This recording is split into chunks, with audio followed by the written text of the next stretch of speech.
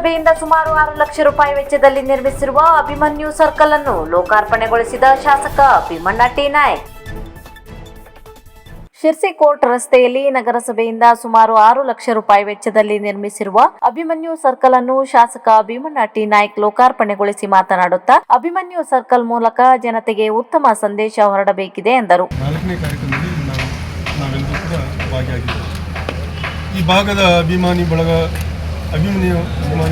ಅಧ್ಯಕ್ಷರಾಗಿದ್ದು ಅದ್ಭುತವಾಗಿ ಅಚ್ಚುಕಟ್ಟಾಗಿ ಒಳ್ಳೆ ಸರ್ಕಲನ್ನು ತಾವು ಮಾಡಿದ್ದೀವಿ. ಈ ಸರ್ಕಲನ್ನು ಮಾಡಿರ್ತಕ್ಕಂಥ ಸಹಕರಿಸ್ತಕ್ಕಂಥ ಮೊದಲನೇ ವಾರ್ಡಿನ ಮೊದಲನೇ ನಿಮ್ಗೆ ಕನಸಲ್ಲ ಇದು. ನಮಗೆ ನಿಮ್ಮ ದೀಪಾ ಮೇಡಮ್ ನಾನು ಅಭಿನಂದನೆ ಸಲ್ಲಿಸ್ತೇನೆ. ಇವತ್ತು 6,60,000 ರೂಪಾಯಿ ವೆಚ್ಚದಲ್ಲಿ ಭಾಳ ಚೆನ್ನಾಗಿ ಮಾಡಿದೆ. ಕೆಳಗಡೆ ನಾನು ಗ್ರ್ಯಾಂಟ್ ಹಾಕಿದ್ವಿ, ಹಿಂದಿನ ಗ್ರ್ಯಾಂಟ್ ಹಾಕಿ ಭಾಳ 60,000 ರೂಪಾಯಿ ಮಾಡಿದ್ದೀವಿ. ಈಗ ಈ ವೇದಿಕೆಯನ್ನು ಈ ಭಾಗದ ಎಲ್ಲ ಸಂಘ ಸಂಸ್ಥೆಗಳು ಕೂಡ ಸಂಘಟಕರು ಇದನ್ನು ಬಳಕೆಯನ್ನು ಮಾಡ್ಕೊಳ್ಳೋದ್ರ ಮುಖಾಂತರ ಅರ್ಥಪೂರ್ವಕವಾಗಿ ಈ ವೇದಿಕೆ ಮುಖಾಂತರ ಕಾರ್ಯಕ್ರಮ ನಡೆಯೋದ್ರ ಮುಖಾಂತರ ಒಳ್ಳೊಳ್ಳೆ ಸಂದೇಶಗಳು ಹೋಗಲಿ ಅಂತ ಮಾತನಾಡೋಕ್ಕೆ ಬಯಸಿದೆ. ಬರೀ ಆ ಸರ್ಕಲನ್ನು ಇದನ್ನು ಕಟ್ಕೊಂಡು ಒಂದೇ ಅಂತಲ್ಲ, ಆಗಾಗ ಇಲ್ಲಿ ಕಾರ್ಯಕ್ರಮವನ್ನು ಮಾಡೋದ್ರ ಮುಖಾಂತರ ಈ ಭಾಗದ ಸ್ವಚ್ಛತೆ ಬಗ್ಗೆ ಇರ್ಬೋದು, ಅಭಿವೃದ್ಧಿ ಬಗ್ಗೆ ಇರ್ಬೋದು, ಎಲ್ಲರಿಗೂ ಅನೇಕ ರೀತಿಯ ಜಾಗೃತಿಯನ್ನು ಕೊಡ್ತಕ್ಕಂಥ ವೇದಿಕೆ ಇದಾಗಲಿ ಅನ್ನೋಂಥ ಮಾತನ್ನು ಹೇಳೋಕ್ಕೆ ಬಯಸ್ತೀನಿ. ಭಾಳ ಅರ್ಥಪೂರ್ವಕವಾಗಿತ್ತು. ಅಂಗನವಾಡಿನೂ ಕೂಡ ಅವರು ಇನ್ನೂ ನಾನು ದುಡ್ಡು ಹಾಕಿಲ್ಲ ಇತ್ತು, ಇಲ್ಲ ಅಂಗನವಾಡಿ ಬೇಕು ಅಂತ ಅವ್ರು ಹೇಳಿದರು. ಅಲ್ಲೇನಾಯಿತು, ನನಗೆ ಬರ್ರಿ ಗುದ್ಲಿ ಪೂಜೆ ಮಾಡಿ ಅಂತ ಹೇಳಿಬಿಟ್ರು ಅಧ್ಯಕ್ಷರು. ನಾನು ಆ ರೀತಿಯಲ್ಲಿ ನಗರಸಭೆ ವ್ಯಾಪ್ತಿಯಲ್ಲಿ ಇವತ್ತು ಸುಮಾರು 65 ಕೋಟಿ ಹಣವನ್ನು ಬರೋ ಮುಖಾಂತರ ಅದಕ್ಕೆ ಈಗಾಗಲೇ ಚಾಲನೆ ಕೊಟ್ಟು ಇಡೀ ನಗರ 31 ವಾರ್ಡಲ್ಲೂ ಕೂಡ ಕುಡಿಯೋ ನೀರಿಗೆ ಯಾವುದೇ ರೀತಿಯ ತೊಂದರೆ ಆಗಬಾರ್ದು ಅನ್ನೋ ದೃಷ್ಟಿಯಲ್ಲಿ ಆ ಕೆಲಸ ಒಂದು ಸೈಡ್ ನಡೀತಾ ಇದ್ದರೆ, ಇನ್ನು ನಗರೋತ್ಥಾನದಲ್ಲಿ ಅನೇಕ ರಸ್ತೆಗಳು ಇವತ್ತು ಕಾಮಗಾರಿಗಳು ಆಗಬೇಕಾಗುತ್ತೆ. ಈಗ ಅನೇಕ ಕಾಮಗಾರಿಗಳು ಇವತ್ತು ಟೆಂಡರ್ ಆಗಿ ಇನ್ನು ಕೆಲವೇ ದಿನದಲ್ಲಿ ಅವು ಕೂಡ ಆಗಬೇಕಾಗುತ್ತೆ. ಆಶಾ ಕಿರಣ ಕಾರ್ಯಕ್ರಮದಡಿಯಲ್ಲಿ ಫಲಾನುಭವಿಗಳಿಗೆ ಉಚಿತವಾಗಿ ಕನ್ನಡಕವನ್ನು ವಿತರಿಸಿದ ಶಾಸಕರಾದ ಶಿವರಾಮ್ ಹೆಬ್ಬಾರ್.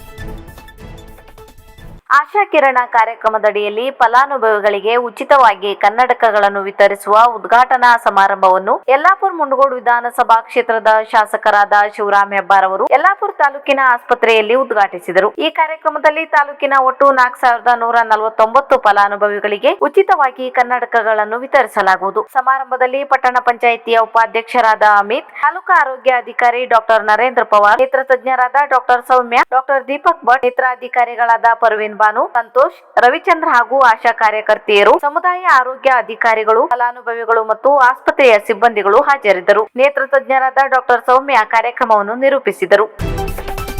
ಕೆಂಗ್ರೆಹೊಳೆ ಪೈಪ್ ಕಳ್ಳತನ ಪ್ರಕರಣವನ್ನು ಅತ್ಯಂತ ಗಂಭೀರವಾಗಿ ಪರಿಗಣಿಸಿರುವ ಸಹಾಯಕ ಆಯುಕ್ತರಾದ ಕಾವ್ಯಾರಾಣಿ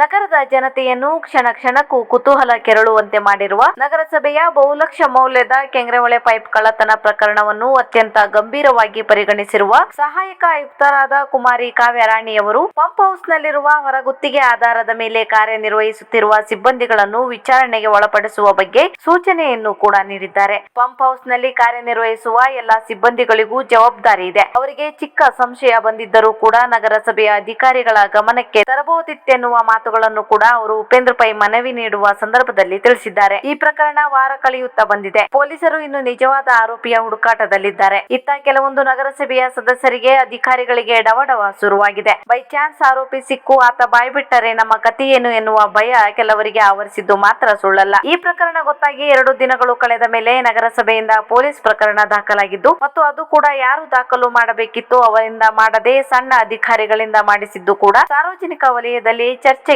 ಗ್ರಾಸವಾಗಿದೆ. ಏನಾಗ್ತಿದೆ ಅಂತ ಇನ್ಫಾರ್ಮ್ ಮಾಡಬೇಕು.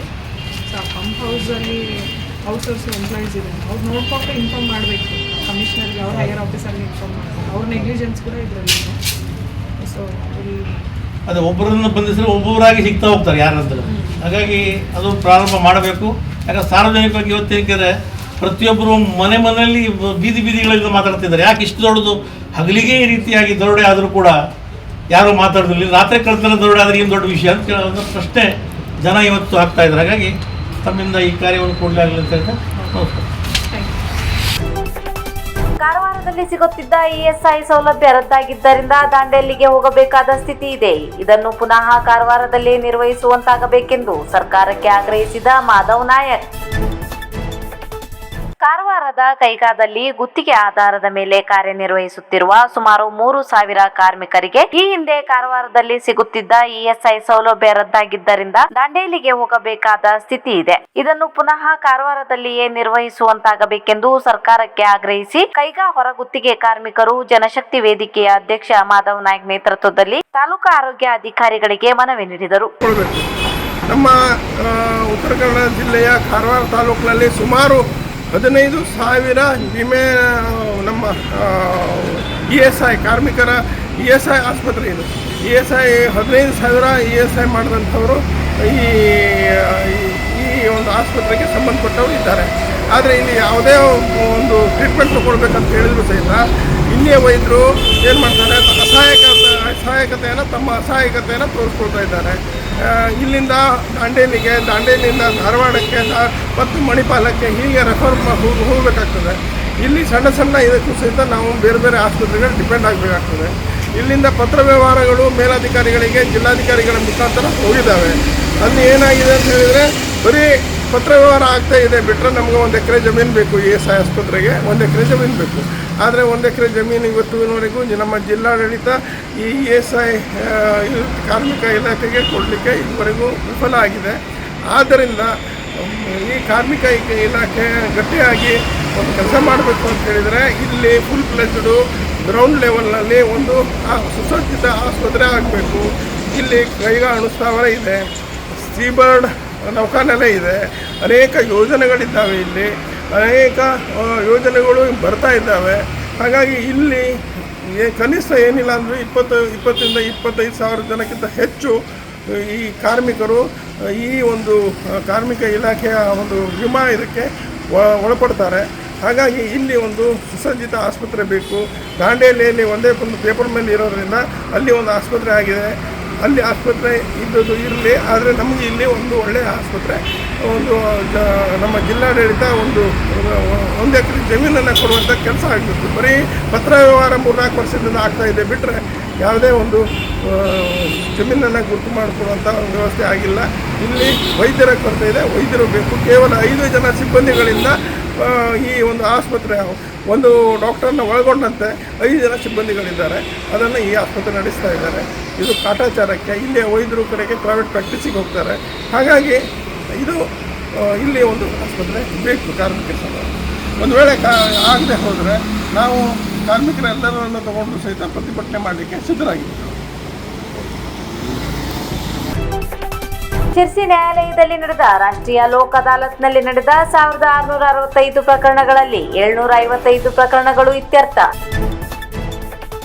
ಶಿರ್ಸಿ ನ್ಯಾಯಾಲಯದಲ್ಲಿ ನಡೆದ ರಾಷ್ಟ್ರೀಯ ಲೋಕ್ ಅದಾಲತ್ನಲ್ಲಿ ನಡೆದ 1665 ಪ್ರಕರಣಗಳಲ್ಲಿ 755 ಪ್ರಕರಣವನ್ನು ಇತ್ಯರ್ಥಪಡಿಸಲಾಗಿದೆ. ರಾಷ್ಟ್ರೀಯ ಲೋಕ್ ಅದಾಲತ್ನಲ್ಲಿ 1ನೇ ಹೆಚ್ಚುವರಿ ಜಿಲ್ಲಾ ಮತ್ತು ಸತ್ರ ನ್ಯಾಯಾಧೀಶರಾದ ಕಿರಣ್ ಕಿಣಿ, ಹಿರಿಯ ಸಿವಿಲ್ ನ್ಯಾಯಾಧೀಶರಾದ ಶಾರದಾ ಸಿ ಹಟ್ಟಿ, ಹೆಚ್ಚುವರಿ ಸಿವಿಲ್ ನ್ಯಾಯಾಧೀಶರಾದ ಅಭಿಷೇಕ್ ರಾಮಚಂದ್ರ ಜೋಶಿ, 2ನೇ ಹೆಚ್ಚುವರಿ ಸಿವಿಲ್ ನ್ಯಾಯಾಧೀಶರಾದ ಶ್ರುತಿ ವಿ, ಸರ್ಕಾರಿ ಅಭಿಯೋಜಕರು, ವಕೀಲರ ಸಂಘದ ಅಧ್ಯಕ್ಷರು, ಕಾರ್ಯದರ್ಶಿಗಳು, ಸದಸ್ಯರು ಪಾಲ್ಗೊಂಡಿದ್ದರು. ಲೋಕ ಅದಾಲತ್ನಲ್ಲಿ ಚೆಕ್ ಬೌನ್ಸ್ ಪ್ರಕರಣಗಳು, MVC ಪ್ರಕರಣಗಳು, ಅಮಲು ಜಾರಿ ಪ್ರಕರಣಗಳು, MC ಪ್ರಕರಣಗಳು, ಜನನ ಪ್ರಮಾಣ ಪ್ರಕರಣಗಳು, ಪೊಲೀಸ್ ಪ್ರಕರಣಗಳು ಸೇರಿದಂತೆ ಒಟ್ಟು 1665 ಪ್ರಕರಣವನ್ನು ತೆಗೆದುಕೊಳ್ಳಲಾಗಿತ್ತು. ಇದರಲ್ಲಿ 9 PLC ಪ್ರಕರಣ ಹಾಗೂ 746 ಇನ್ನುಳಿದ ಪ್ರಕರಣವನ್ನು ಇತ್ಯರ್ಥಗೊಳಿಸಲಾಗಿದೆ.